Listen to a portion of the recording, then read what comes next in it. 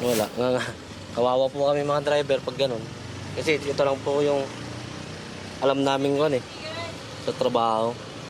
Jeepney driver Ivan says his operator did not comply with the franchise consolidation requirements set by the government. He still plied his route Tuesday afternoon, even with fewer passengers from Lagro to Anonas in Quezon City. But he says he might stop on Wednesday, fearing a stricter enforcement.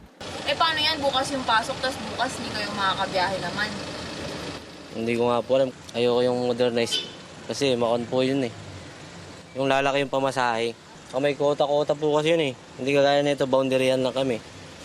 Kaya mas malaki yung kikitain namin. Dario plies the project 2 to 3 to welcome Rotonda route in QC. He's not sure if his operator consolidated their franchises, but he's not that concerned yet. Hindi pa yung matutuloy. Magkakagulo muna bago matuloy.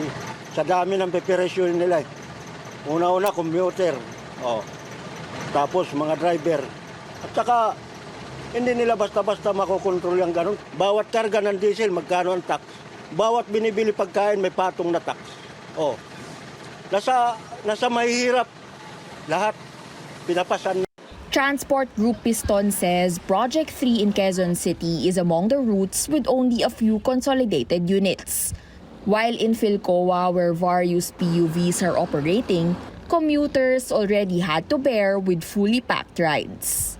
Maraming tao na kasi di ba uwian na from vacation ng New Year. So yun, medyo masikip din yung bus kanina. Dito wala pa hanggang yan, di ba kanina pa kami. Wala pa rin, kaya po ang sasakyan namin kasi papunta kaming Espanya. Siguro mga 20 minutes na.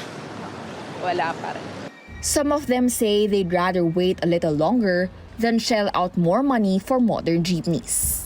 Mayroon po, Alimol, pero puno siya. Alimol lang naman talaga kasi doon ang sakay ka papuntang Krami. Mayroon naman, kaso ang modern, kaso lang siyempre tinapadala ko. Mahirap din magsiksik. Siksik ka, tatayo ka, tapos minsan ito may bayad pa. Mahal. Unconsolidated operators are allowed until the end of the month to ply routes with only a few consolidated units. But the LTFRB still has not identified these routes a day after the directive has supposedly taken effect. Kari Gator, CNN Philippines.